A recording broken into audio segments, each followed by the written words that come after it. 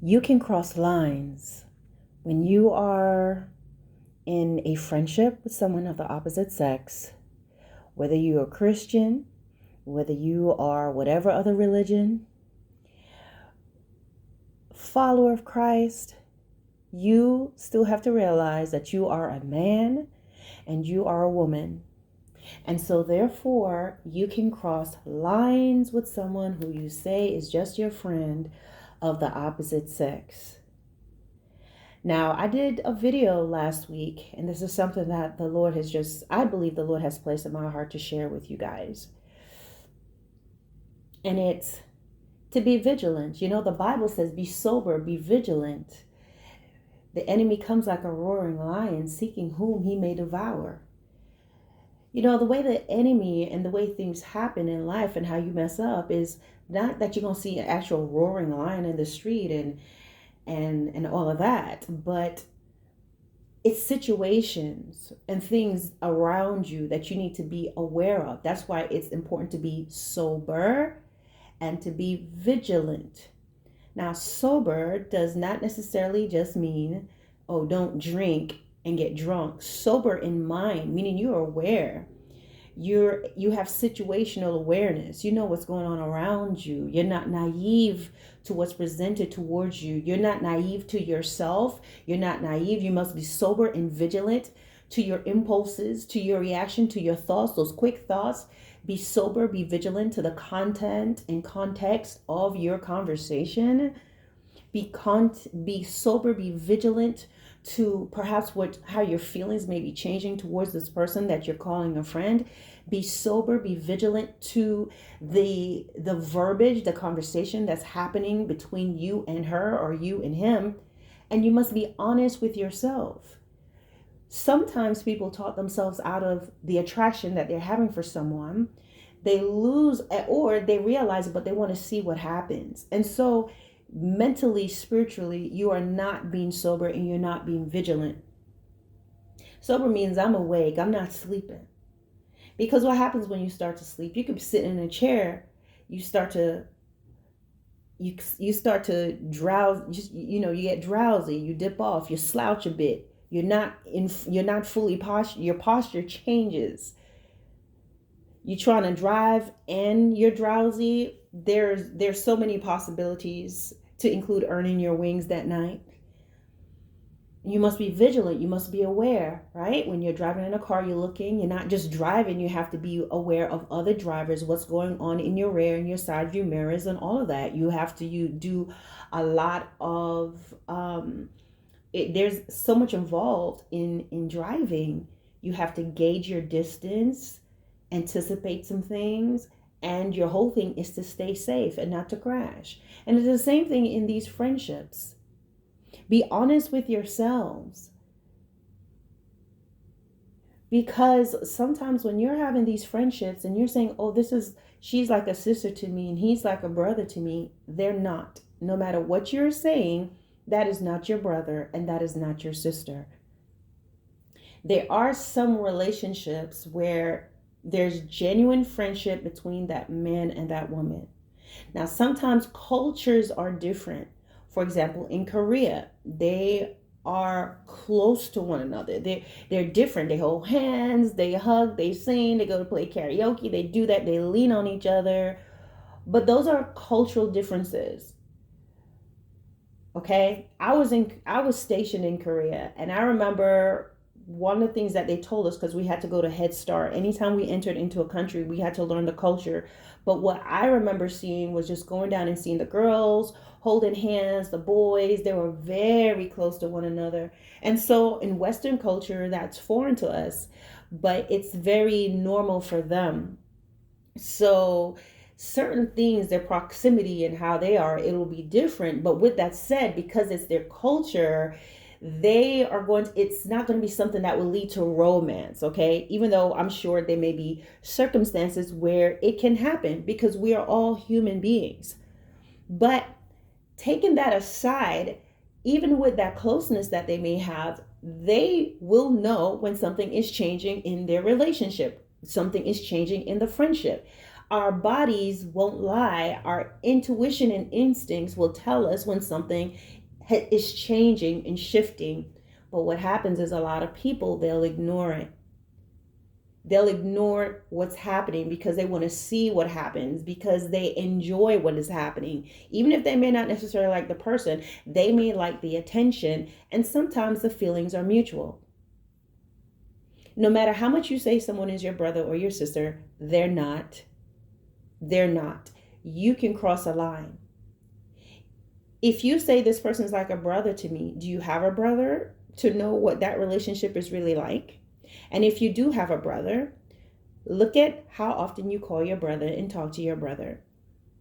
Are you talking to your brother the way that you're talking to this man, and the context of the conversation and the frequency of it and the context of it? Is it the same with your brother? Now, for you, I'll ask you, she's like a sister to you. Do you have a sister? Have you lived with a sister to know what that relationship will look like? And if you do, now look in your phone. Do you have your sister's name programmed? And if you do, look at your thread. Look at how much you're contacting your sister. Look at the context of the conversations that you're having with your sister. What is the content? What is the conversation? What is the frequency of it? Is it the same as you're having with this person? Probably not. Because when someone is not your brother or your sister, there's a line that they can cross. As siblings, I'm the only girl and I have brothers. And I have very attractive brothers. And I'm aware of that. But I'm not attracted to my brothers because we share DNA, and because we are siblings, there is just that thing that's it's just rooted at the core of siblings, that you're just not going to look at your brother or your sister that way, because that's me. I'm him. We're part of each other. So that you can't pass that. You can't cross that line. Now, yes, there are siblings that may do certain things, and normally there's some sort of mental issue and something happens with that child, or some sort of perversion that they were introduced to growing up. But on average, it is not the norm. Sometimes there may be a step sibling or someone that you are not related to. Things can happen like that where they start to be attracted to one another, but it's not common. But as far as with brothers and sisters sharing the same mom, same dad, and all of that, or just sharing, mom and dad, they may have the same fathers, that is normally not going to happen, because that's just because we are actually blood related. And so because of that, it's going to stop us from even looking at each other like that. No matter how handsome my brothers may look, no matter how great they smell, I'm just proud of my brothers. Oh man, I'm so proud of him. I'm proud of her. They're proud of me. I can see that they're attractive, but I'm not like, ooh. And just even the thought of thinking that is sickening to me. Okay. And they don't see me that way. We are siblings. So what can happen, guys, when you are claiming to be just friends with this person? You can't not just be or saying this is like a sister to me. No, she is not your sister. You may say that, but she's not. You may say he's a brother to me, but no, he is not your brother. So what needs to happen? Even when you have your friends, I believe that you can be friends with a person but who's the opposite sex. But what you have to keep in mind is using discretion. You can't be laying up under the covers with this person and saying he's like a brother to me. There's certain type of conversations that you should never have. For example, I will never be having a sexual conversation with my brother. My brother will never be making mention about if he wasn't married, he would get with me. My brother will never make any sort of thing about my body and how it looks. There are just certain conversations we're not going to have sexual conversation or a sexual banter with one another. So because you are not related, you have to be mindful of the frequency, how often you're speaking to this person, the context, the content. If you're in relationship with other people, then you should be thinking, would I say this if this person was with me? If you're not willing to say these things while your wife or your husband or your significant around you would never say this in their presence, then you shouldn't say it behind their back. If you are saying, if there's something, is a conversation that you're having with this person that you would not want your spouse or your significant other to hear, then you know it's wrong to have it. The other thing, if you cannot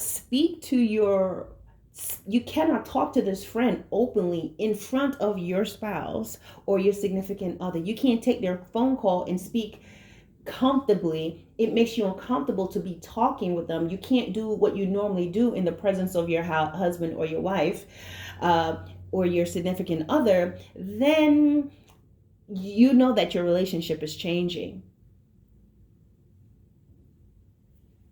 Brother, you may say that you're brothers and sisters, but remember that you're not. So discretion, the frequency, you have to keep an eye on that, set boundaries in that.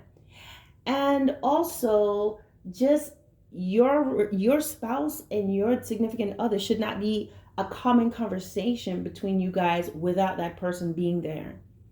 Especially if you're not upholding that person. You should not discuss your spouse with someone else. You should not be discussing your significant others and sharing your problems together without your respective partners in the mix, because then it's just the both of you discussing two other people that hadn't had a chance to have an input or even know about it, and that's when it's wrong. So no, you're not his sister. No, you're not her brother, no matter how much you say that. So with that said, because you are male and female, you are your opposite sex friends.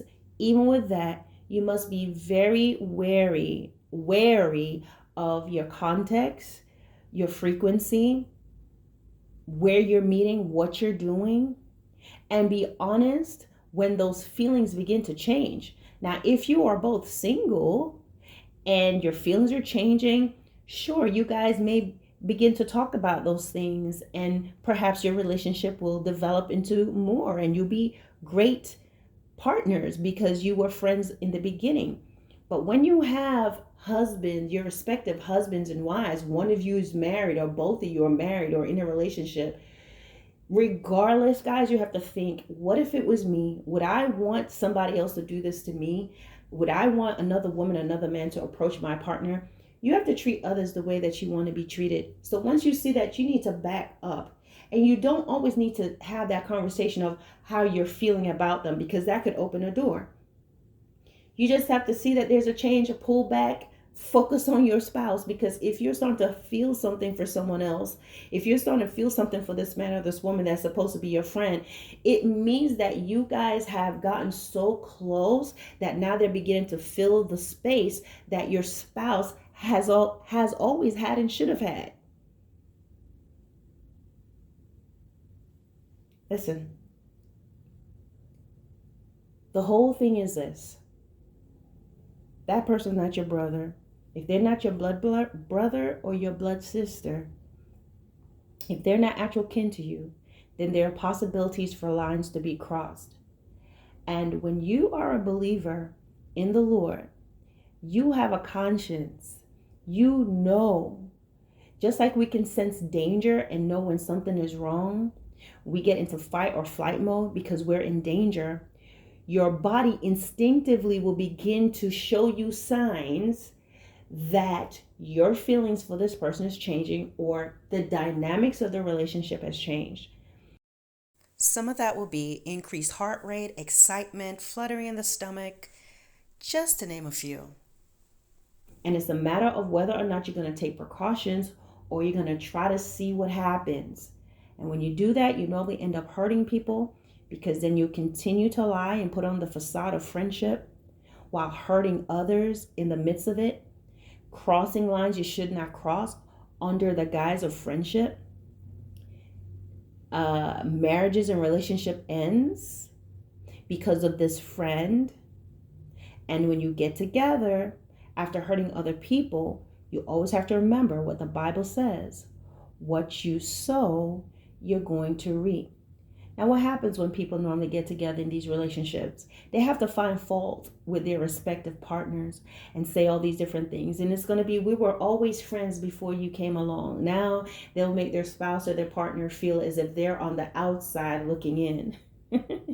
So this has to happen to justify the relationship. But with that being said, one person you can't fool is God. What you sow, that is the law of life. What you do is going to come back to you. And remember, when you plant an apple seed, you're going to get a big old tree filled with apples, not that one seed. You're not going to get an apple. You're going to get several. And what's the thing about trees and fruit trees? They will spring up from season to season to season. So guys, always keep that in mind. What you sow, you're going to reap. Treat others the way you want them to be treated. Handle the situation you would want it handled if you were on the other side of it.